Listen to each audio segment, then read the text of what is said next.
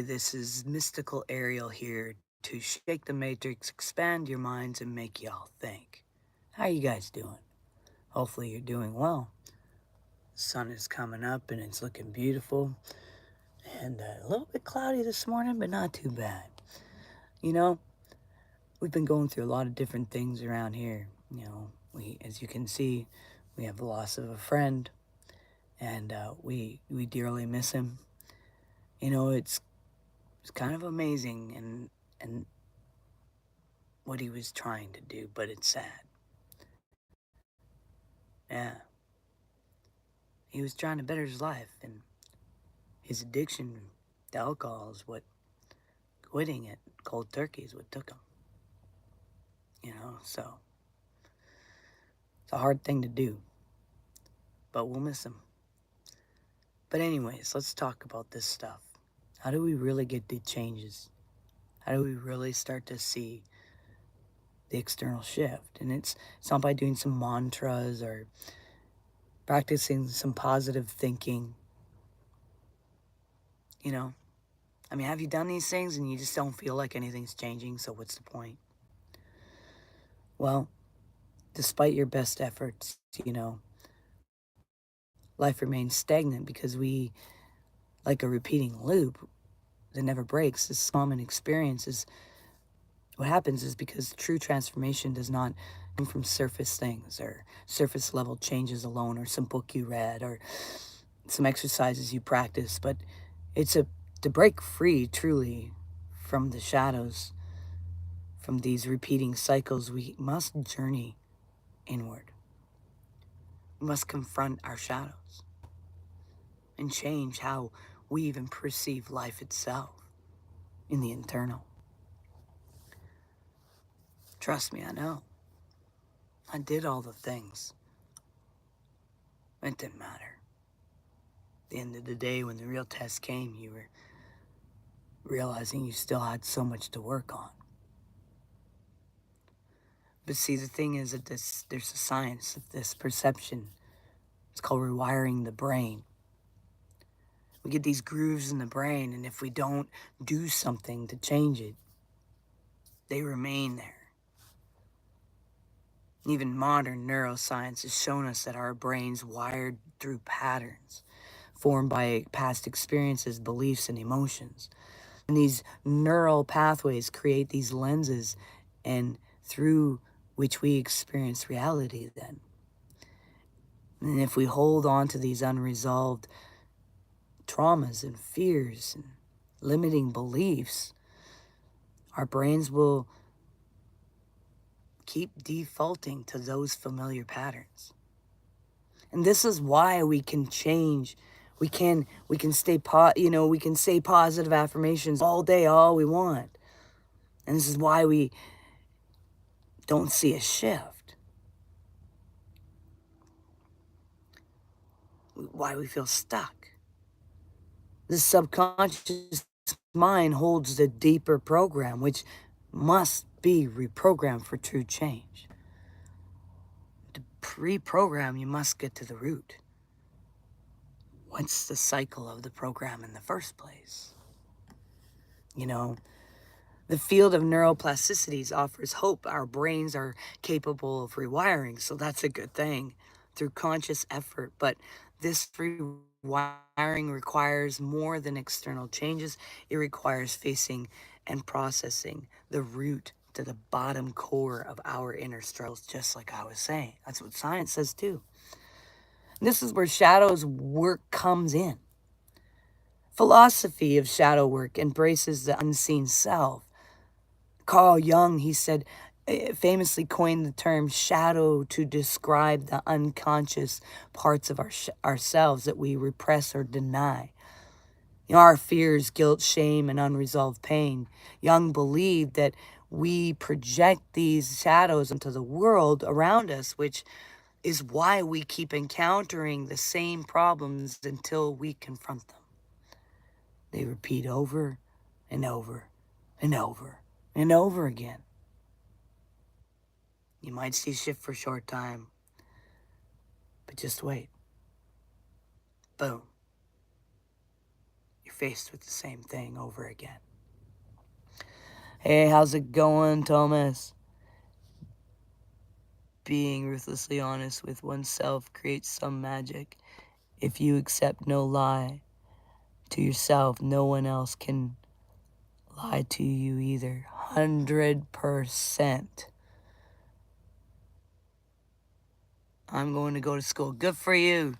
Have a good day at school. School or indoctrination, it is important to know the difference. It truly is. Truly is. All right. Anyways, this is what I'm teaching even echoes through ancient Hermetic principles, is as within, so without. You know, until we address the darkness within, the external work will continue to mirror the unresolved energy back to us. And the mountain we keep cycling life is not external. It is within us. To climb it, we must bring light to the shadows. Even spiritual wisdom lends to perception. Spiritual traditions across the globe teach that transformation begins from the way we see the world. And in Christianity, even Jesus said that the lamp of the body is the eye, and if the eye is clear, the whole body will be full of light. Matthew 6:22. Oh yeah, you better believe it. I got this backed up by every corner. See, I know my words were never accepted before back in the day. I knew when it was time to speak of this stuff, when I had every corner backed. And when by the time I was done a conversation, someone would say, I can't even argue with you.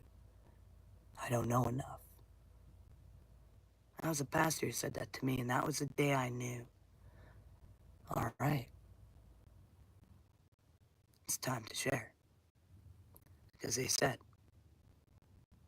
they had no argument. See, this eye represents our inner perception. And if our vision is clouded by fear, anger, unhealed wounds, our life is going to reflect that darkness. But if we shift our perceptions and we clear the lens through which we can see our outer world, we will begin to change as well. And it's amazing. You know, I almost like it when I get pushed to the limit and then I watch my reaction. And if I can quickly notice, hopefully I like it when I get to the point where I'm not even reacting, which happens quite often, which is awesome. But the odd time, I allow myself to get to that limit, but very quickly, boom, I realize, whoa, this is on me. My fault. When we can see things when the world has a reaction, and we can see that it's doing that because of our own selves, that's when you begin to shift your perception. And that's when you begin to clear your lens. And that's when the outer world will change. You know, even Buddhism, the concept of right view, teaches that suffering arises from distorted perception. And by shifting our inner perception and confronting the attachment and the aversions that arise from ego, we can break free from the suffering and expectation and the liberation.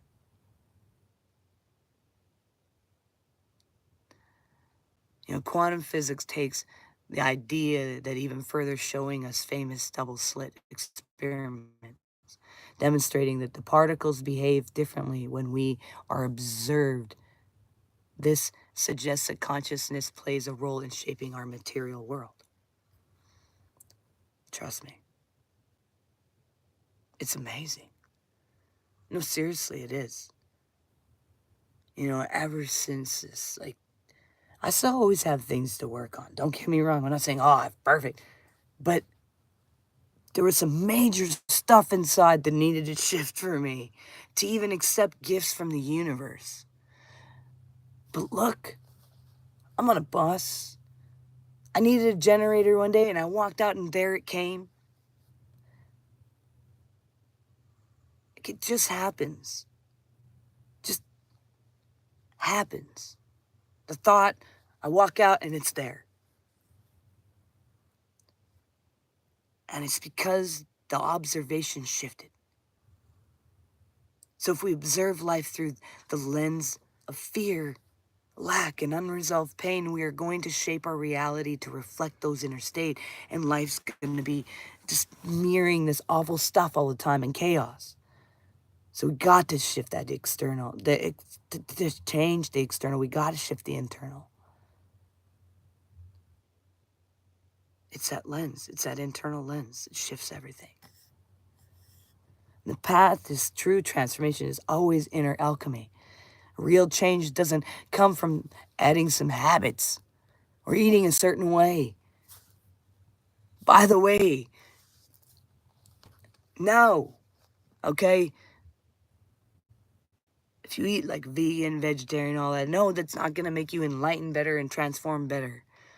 There's blood types, and different blood types require different things. I have a rare blood type. I don't create a single damn protein, and if I didn't eat a nice piece of red meat every so often, this body don't function well. But guess what? I still manifest everything that I need to. What? Well, wait a sec, you didn't do this and this and that, and you didn't say this mantra. Yeah, dude, because all that's some human idea of what we think we gotta do. It's a lot harder than that. You gotta go after you. Now, I said it. No book's gonna teach you that. My book don't even teach that, but it tells you relatable situations to help you kind of see. The wounds, that's what stops us. Inner alchemy is a transformation that leads to our unconscious patterns into the gold of higher awareness. Self-awareness becomes aware of our patterns. A belief that are running in the background, shadow work, confronting the parts of ourselves we have avoided to and denied. Shifting perception, changing the way we see ourselves and others and life itself. Inner healing, releasing old wounds, forgiving ourselves and others, and stepping into a higher vibration. The key to freedom, changing the script, is you. We change the script. We change the script running inside of us, and life begins to flow like a new storyline. And that's how you shift even your past. It is not the outer scenery that holds us back. It is the content of the disc we are playing in our minds. And as we update the content, we naturally attract new experiences, people, and opportunities that align with our higher vibrations. And as the ancient wisdom teaches, change the way you look at things, and the things you look at will change. This is not just a spiritual platitude. It is a scientific, philosophical, and spiritual truth that holds the key to lasting transformation.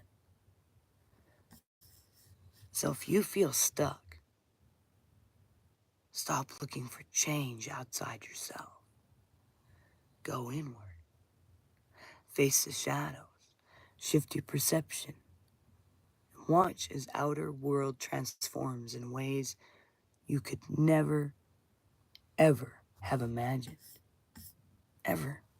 No joke. My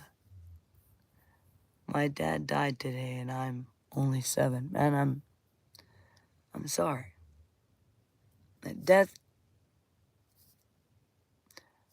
Death is an illusion that we're taught, but we're still in that illusion. So understand the pain. And, it's okay to cry it out. We have to go through these different processes to kind of get to a place of understanding. You're 7. That's hard. You know, my kids lost their father at that age. And it wasn't easy. But I'll tell you, they had to work on their stuff. And they still work on their stuff. But they're doing all right. And one of the things I did was I would get my guy friends and I'd actually pay them so that I knew that they were consistent and come and be some male role models to my kids and hang out with them. So yeah. And Thomas says, yeah, death is something we're going to have to learn to deal with no matter who you are, what age. It's true. True. If you're not, who decides what you gotta do? Fuck not. There you go. All right. Hello, random guy.